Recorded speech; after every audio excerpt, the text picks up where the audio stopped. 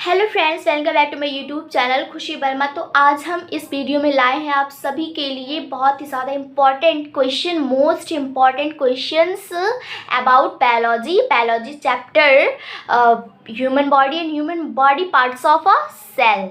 यानी ये हमारे बायोलॉजी के पार्ट ये बायोलॉजी के पार्ट का है एंड ये जो है हमारे ह्यूमन बींग्स का पार्ट है एंड जो है ये मनुष्य शरीर के यानी मनुष्य के शरीर के सबसे सूक्ष्म पार्ट है ये कोशिका यानी कि cell. And this chapter is most important for every competitive exam like SSC, police, home guard and most useful for NEET experience and every state board exam like at 10th and 12th. So just watching and be careful and be very honestly watching this video. Okay, let's start. and first number बात करते हैं कि कोशिका क्या है। कोशिका तो सभी को पता होगा, एवरी बोर्ड एग्जाम के स्टूडेंट को पता होगा कि कोशिका क्या होती है। कोशिका जो होती है हमारे ह्यूमन बॉडी की सबसे small part of a unit होती है, यानी कि वो सबसे छोटी सूक्ष्मतम इकाई होती है हमारे शरीर की। क्या होती है? कोशिका होती है। तो कोशिका की खोज तो सभी को पता होगा किसने किया था कोशिका की खोज? कमेंट बॉक्स में ज़रूर बताएं। और मैं भी क्वेश्चन का आंसर बता देती हूँ कि कोशिका की जो खोज की थी वो रॉबर्ट हुक ने की थी। ठीक है। अब फिर फर्स्ट नंबर क्वेश्चन कह रहा है कि सबसे पहले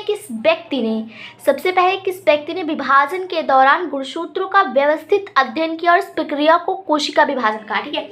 अब ये क्वेश्चन को समझने की क्रिटिकल पॉइंट है बहुत ज़्यादा। ठीक है। बहुत ही ज़्यादा माइक्रो एंड बहुत ही ज़्यादा स्मॉल, इसमें छोटे छोटे देखिए। पहले से क्वेश्चन को समझने की कोशिश कीजिए। क्वेश्चन क्या रहा है? कोई भी क्वेश्चन हो, आप सभी को कहाँ से भी क्वेश्चन, कितने भी डिफिकल्ट क्वेश्चन क्यों ना, अगर वो क्वेश्चन को आप छोटे छोटे पार्ट में डिवाइड करके एंड उस क्वेश्चन को आप इतने अच्छे तरीके से देखते हैं तो ये क्वेश्चन क्या कह रहा है कि सबसे पहले किस व्यक्ति ने विभाजन के दौरान गुणसूत्रों का व्यवस्थित अध्ययन किया। अब देखो क्या कह रहा है कि क्वेश्चन कि जब कोशिकाएं विभाजित होती हैं यानी डिवाइड होती हैं तो उस दौरान किस मनुष्य ने, देखिए हमारे शरीर के अंदर तो कोशिका को कोई देखेगा नहीं कि लाओ चीड़ फाड़ के इसे सर्जरी के दौरान देखिए कि कैसे कोशिका अलग हो रही है। इसे किसी जानवर के थ्रू, किसी जानवर को लेकर, उसके किसी सेल को लेकर किसी म्यूजियम में यानी किसी साइंटिस्ट के अपने जो वो होता है क्लिनिक होता है वहाँ पर रख के देखा होगा कि कैसे कोशिका अपने आप कैसे विभाजित हो रही है और व्यवस्थित हो रही है, कैसे एक कोशिका टूट के, यानी मान लीजिए एक कोशिका है, ये कैसे विभाजित होके एक ये अलग कोशिका बनाती है और एक ये अलग कोशिका, यानी ये दोनों इस तरह से डिवाइड होकर नई कोशिका। फिर जब डिवीज़न होगा तो ये यहाँ से फिर ये अलग कोशिका फिर ये अलग कोशिका, यानी देखिए एक कोशिका से कितनी कोशिकाएं बन गई हैं? 4 कोशिकाएं बन चुकी हैं। तो ऐसे कौन से व्यक्ति थे जिसने देखा कि ये विभाजित हो गया, यानी गुणसूत्र विभाजित होने के दौरान मतलब होने के बाद जो व्यवस्थित होते हैं, इस विभाजन प्रक्रिया को क्या कहा जाता है? इन्होंने कुछ कहा होगा बट इस क्वेश्चन में वो डिस्कशन नहीं किया गया है। तो ये किसने देखा था? वॉल्टर फ्लेमिंग ने देखा था। आप सभी के लिए क्वेश्चन बहुत ही ज़्यादा इंपॉर्टेंट है। देखिए ये एसएससी सीजीएसएल में भी आया था 2024 में। ठीक है। और ये भी आ सकता है 2026 जो एसएससी सीजीएल का एग्जामिनेशन आ रहा है उन सभी के लिए बहुत ही ज़्यादा मोस्ट इंपॉर्टेंट है और नीट के एक्सपेरेंट्स के लिए भी ये बहुत ज़्यादा मोस्ट इंपॉर्टेंट। तो देखते हैं सेकंड नंबर क्वेश्चन क्या कह रहा है। सेकंड नंबर क्वेश्चन है कि प्रोकैरियोटिक कोशिका। अब बात करिए, देखिए सोचिए प्रोकैरियोटिक कोशिका जो है, देखो यहाँ लास्ट में कोशिका लगे हैं, यानी ये कोशिका के प्रकार होगा। 100% की कोशिका के क्या होंगे? प्रकार होंगे। तो सभी को पता है कि जो कोशिका होती है, सेल होती है, कितने पार्ट में डिवाइड होती है, कितने नामों से जाना जाता है? तो कोशिका 2 पार्ट में पाई जाती है, यानी प्रोकैरियोटिक एंड यूकैरियोटिक, सभी को पता होगा। तो प्रोकैरियोटिक कोशिका के संदर्भ में कौन सा कथन सही नहीं है, यानी हमें वो बताना है कि वो इसके रिलेशन में गलत है। आप सभी को एक एग्जाम्पल लेती हूँ कि जैसे मान लीजिए हमारे जो लॉर्ड राम थे और सीता थे, वो तो हिंदू रिलीजन के लिए बहुत ही ज़्यादा मतलब जो होते हैं पवित्र और सबसे सच्चे ईश्वर माने जाते हैं। तो जो होता है, जो मान लीजिए एग्जांपल दे रहे हैं कि सीता माता का विवाह श्री राम से हुआ था। आप लोगों को मैं 4 ऑप्शन दे रही हूँ। ठीक है। आप ये जो क्वेश्चन बता रहे हैं, इस क्वेश्चन को इस एग्जाम्पल से रिलेट करके बताइएगा। ठीक है। तो इस क्वेश्चन में कह रहा है कि कौन सा प्रोकैरियोटिक कोशिका के संबंध में गलत है, यानी वो वो ऐसा उसके साथ नहीं होता है। तो ऐसे ये एग्जाम्पल समझिएगा कि कौन सा ऑप्शन, कौन सा कथन श्रीमती माता के सीता माता के संबंध में वो चीज़ नहीं हुई थी। ठीक है, फर्स्ट नंबर ऑप्शन देते हैं आप सभी को कि सीता माता का विवाह श्री राम से हुआ था। ठीक है, सेकेंड, उनका विवाह श्रीलंका के जो लंकेश्वर से हुआ था। फिर थर्ड ऑप्शन है कि उनका विवाह अयोध्या में हुआ था। और फोर्थ नंबर ऑप्शन है कि वो जो थी दशरथ की पुत्री थी। ठीक है, अब इसमें मैंने जो ऑप्शन दिया है वो गलत हो गया है, यानी आप सबको इसी में सही ऑप्शन ढूंढना है। ठीक है, तो कौन सा सही था कि केवल इसमें एक ऑप्शन सही है कि वो श्री राम की पत्नी थी, यानी माता सीता का विवाह जो हुआ था श्री राम से हुआ था। तो ऐसे इसमें बताइए कि कौन सा कथन गलत है। जैसे उसमें सही खोजना था वैसे इसमें गलत है वो खोजना है। तो ठीक है, पहला नंबर ऑप्शन है कि इनका आकार सामान्यतः 1 से 10 माइक्रोमीटर के बीच होता है। ठीक है, सेकेंड नंबर, इनके गुणसूत्र केवल न्यूक्लिक अम्ल से बने होते हैं। इनमें अब देखिए फर्स्ट नंबर ऑप्शन तो बिल्कुल राइट हो जाएगा, क्योंकि कोशिका कितनी बड़ी हो सकती है, बहुत ही ज़्यादा जो डिवीज़न होगा। आप देखिए ये इतनी बड़ी कोशिका थी, इतने से इतनी छोटी हुई, इतने से डिवीज़न होगी इतनी छोटी, इतनी छोटी। अब ये जब डिवाइड होगा तो इतनी छोटी छोटी होंगी, फिर ये डिवाइड होगा तो इसका एक एक का लेना। ठीक है, इतनी छोटी इतनी, अब ऐसे से कितने माइक्रोमीटर की हो जाएंगी वो, यानी बहुत ही सूक्ष्म से जो सूक्ष्म यूनिट होगी उसी से उन्हें मापा जा सकता है। ठीक है, तो ये तो फर्स्ट नंबर ऑप्शन बिल्कुल राइट हो जाएगा। इसमें गलत चूज़ करना है। ठीक है, सही नहीं है, यानी वो गलत है। सेकेंड नंबर, इनके गुणसूत्र केवल न्यूक्लिक अम्ल से बने होते हैं। अब आपको पता होना चाहिए कि जो यूकैरियोटिक कोशिका होती है, प्रोकैरियोटिक कोशिका होती है, वो किनसे मिलकर बनी होती है। तो जो यूकैरियोटिक कोशिका होती है वो न्यूक्लिक अम्ल और लिपिड से दोनों मिलकर बनी होती है, बल्कि जो प्रोकैरियोटिक कोशिका होती है वो सिर्फ और सिर्फ न्यूक्लिक अम्ल से मिलकर ही बनी होती है। ये आप लोगों के लिए जो है इसे मतलब स्टार मार्क करके ऐसे नोट पॉइंट लिख लीजिएगा, ये बहुत ही ज़्यादा इंपॉर्टेंट हो सकता है। थर्ड नंबर ऑप्शन है कि इनमें झिल्ली से घिरे हुई कोशिका अंगक यानी ऑर्गेनेल्स मौजूद होते हैं। तो और ये सबको पता होता है कि ये झिल्ली जो कोशिका झिल्ली से घिरे, इनमें झिल्ली से घिरे कोशिका अंगक, यानी जब ये कोशिका खुद ही एक अंग है तो इसके अंगक कहाँ से घिरे होंगे, यानी ये ऑप्शन बिल्कुल गलत हो जाएगा। ये ऑप्शन यानी ये गलत होगा कोशिका के संबंध में, प्रोकैरियोटिक कोशिका के संबंध में ये गलत होगा, लेकिन इस क्वेश्चन के हिसाब से ये ऑप्शन सही होगा। ठीक है, अब फोर्थ नंबर ऑप्शन है, मतलब हमें आंसर मिल गया है, फिर भी हम लास्ट ऑप्शन देखते हैं। इनमें केवल बहुत छोटे राइबोसोम होते हैं। सबको पता है कि राइबोसोम्स बहुत ही ज़्यादा छोटे होते हैं हमारे शरीर में जो होती है। देखिए आप लोगों ने देखा होगा कि जो जंतु कोशिका और पादप कोशिकाएँ होती हैं उनका आप लोगों ने स्ट्रक्चर बनाया होगा। ठीक है, तो आप लोगों ने देखा होगा कि जो हरित लवक होते हैं, राइबोसोम, लाइसोसोम, उसके बाद जो कोशिका झिल्ली होती है, दृढ़ कोशिका होती है, मध्य कोशिका होती है, वो कितने छोटे छोटे होते हैं। उन सबको माइक्रोस्कोप से देखकर उतना जूमसन से वो दिया गया है स्ट्रक्चर, ताकि आप लोग उसे अच्छे से बना सके और देख सके। तो हमारा नंबर मतलब ये सेकेंड नंबर क्वेश्चन का हमारा आंसर मिल चुका है, option number C. Third number question कह रहा है कि निम्नलिखित में से केवल पौधों की कोशिकाओं में क्या पाया जाता है। अब देखिए पौधों की कोशिका, अभी मैंने बात की आप लोगों से कि जो जंतु कोशिका और पादप कोशिका, यानी पौधा कोशिका दे दिया गया है, तो ऐसे मत समझिएगा कि ये पादप नहीं हो सकता, पौधों की कोशिकाओं में पाई जाती है। अब जंतु कोशिका और पादप कोशिका का आप लोगों ने स्ट्रक्चर बनाया होगा, तो आप लोगों को याद भी होगा कि जो जंतु कोशिका होती है उनका स्ट्रक्चर कुछ इस टाइप का होता है, जो पादप कोशिका होती है उनका स्ट्रक्चर ऐसे करके कुछ, एक्चुअली ऐसे कुछ होता है। एग्जैक्ट नहीं पता है मुझे, मतलब मैं बहुत भूल चुकी हूँ, बहुत ज़्यादा नहीं, पर मुझे याद है थोड़ा बहुत। और इसमें ऐसे थोड़े थोड़े होते हैं, केंद्रक होता है, फिर केंद्रिका होती है, ऐसे ऐसे इसमें 3-4 परतें पाई जाती हैं वो पादप कोशिका में। ठीक है, तो कौन सा परत पौधों की कोशिकाओं में नहीं पाया जाता है। अब देखिए कौन सा ऐसा वो है। अब देखिए फर्स्ट नंबर ऑप्शन की गाल्जी का है।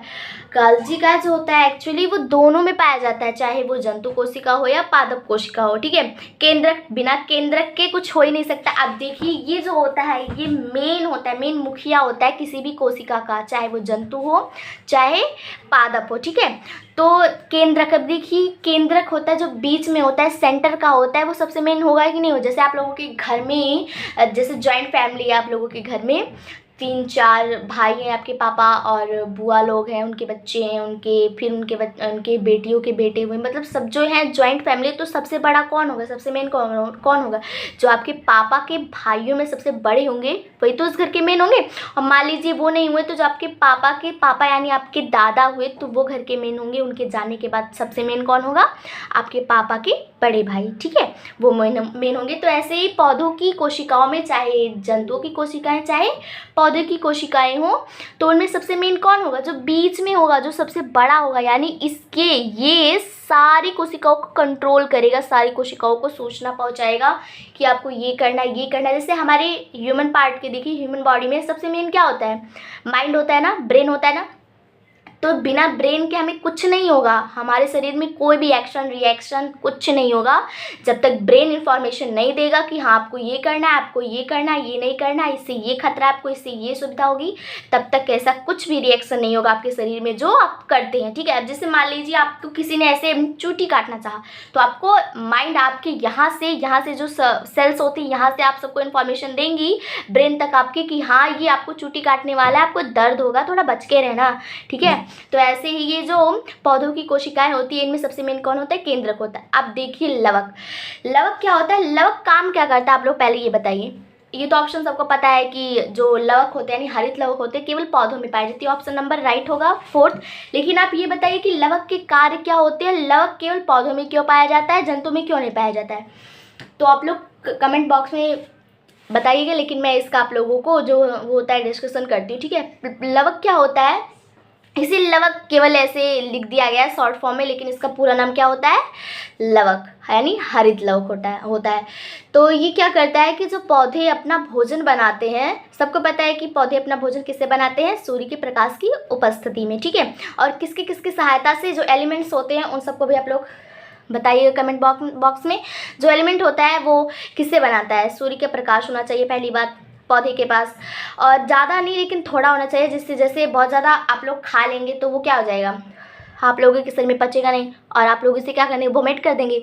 तो ऐसे क्या होता है? सूर्य का प्रकाश बहुत मिनिमम चाहिए होगा, मैक्सिमम से भी मिनिमम बहुत ज़्यादा कम ही होना चाहिए, बहुत ज़्यादा नहीं होना चाहिए। तो हरित लवक चाहिए, पहला सूर्य का प्रकाश, दूसरा जल, कार्बन डाइऑक्साइड और हरित लवक होना चाहिए। बिना हरित लवक के कोई भी पौधा अपना भोजन स्वयं नहीं बना सकता है, ठीक है। ऐसा ना होता तो पौधे और जानवरों में अंतर क्या रह जाता कि सभी लोग अपने भोजन के लिए एक दूसरे पर डिपेंड होते, ठीक है।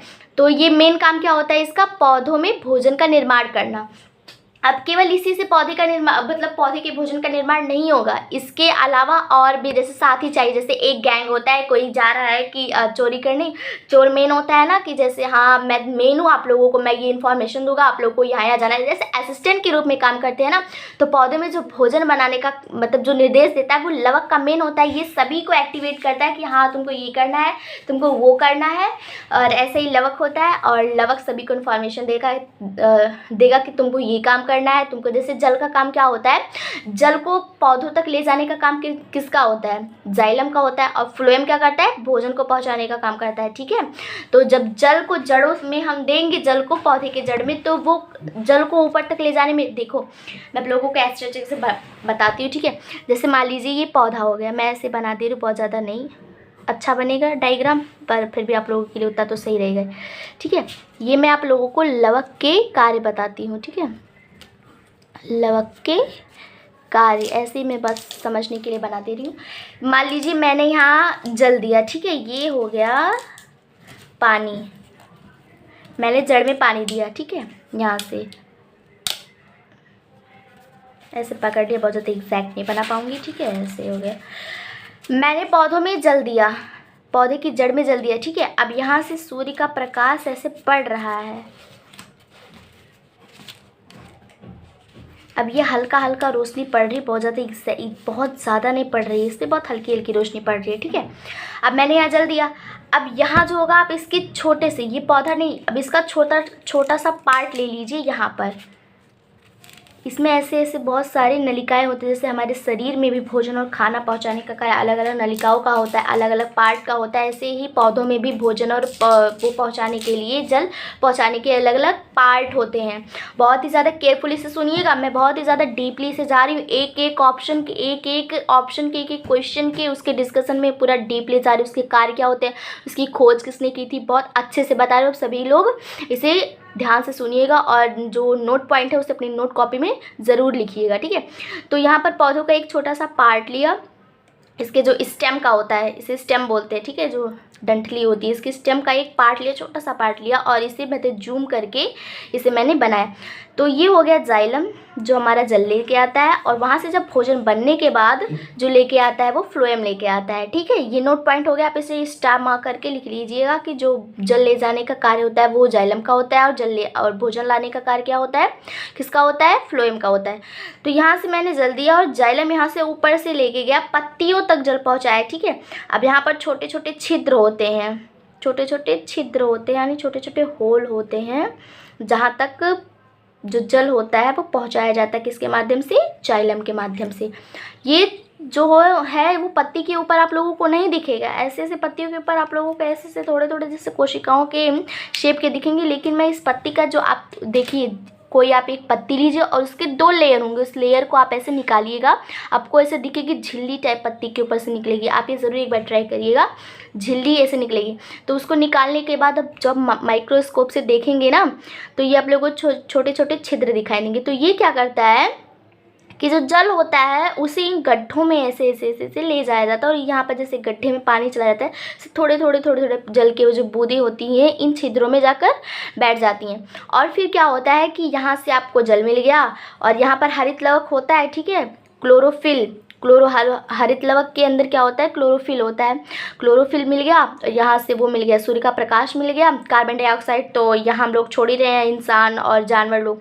तो इन सबको जितने एलिमेंट होते हैं यहाँ ये जाएगा, एब्जॉर्ब करेगा, फिर उसके बाद धीरे धीरे करके भोजन बनाएगा। फिर उसके बाद क्या होगा कि भोजन बनने की प्रक्रिया जब समाप्त हो जाएगी तो यहाँ भोजन फ्लोएम के द्वारा यहाँ से पूरे पौधे में पहुँचाया जाएगा, जिससे वो पौधा हरा भरा हो जाएगा और बढ़ता जाएगा, और फिर फल देगा, फूल देगा, आपके जितने भी वो होंगी, आवश्यकता होंगी, नेसेसरी होंगी, वो पौधा पूरा करेगा। तो ये हो गया किसके कार्य, लवक के कार्य होंगे। फिर उसके बाद है चौथा नंबर क्वेश्चन है कि कौन सा कोशिका अंग एटीपी, जिसे कोशिका की ऊर्जा मुद्रा कहा जाता है, के उत्पादन के लिए जिम्मेदार है। अब आप सभी लोग सोच रहे होंगे कि एटीपी क्या है, ये क्या है, फिर ये ऊर्जा मुद्रा क्या है, फिर उसके बाद क्या होता है। अब आप लोगों को पता होगा कि ऐसे टीचर्स लोग याद करा देते हैं कि माइटोकॉन्ड्रिया को ऊर्जा घर कहा जाता है। यहाँ देखिए, यहाँ लिखा है ऊर्जा मुद्रा कहा जाता है, ठीक है, एटीपी। अब अभी ये जो होता है ऊर्जा घर कहा जाता है। अब देखिए, मैं आप लोगों को एक एग्जाम्पल के तरीके से इसे समझाती हूँ, ठीक है। मान लीजिए आपके घर में कोई एक जगह है जहाँ पर फूड कंटेनर रखा है, यानी वो एक ग्रैनरी रूम है जहाँ पर अनाज इकट्ठा किए जाते हैं, ठीक है, ग्रैनरी रूम है। उसके बाद क्या है, वहाँ पर आप लोगों को ढेर सारे अनाज रखे हुए हैं, चावल, दाल, गेहूँ और ढेर सारे वगैरह वगैरह सब्जी अब जो सब कुछ रखे हुए हैं। तो आप लोग क्या करेंगे, कोई एक ऐसी बोरी या ऐसा उठाएंगे कोई चीज़ जो आपके लिए वो यूज़फुल हो, जो आपको उसकी बहुत ज़्यादा आवश्यकता है। तो मान लीजिए हमने उठाया क्या, चावल उठाया, ठीक है, चावल उठाया। अब चावल जो उठाया उसे रिलेट कीजिए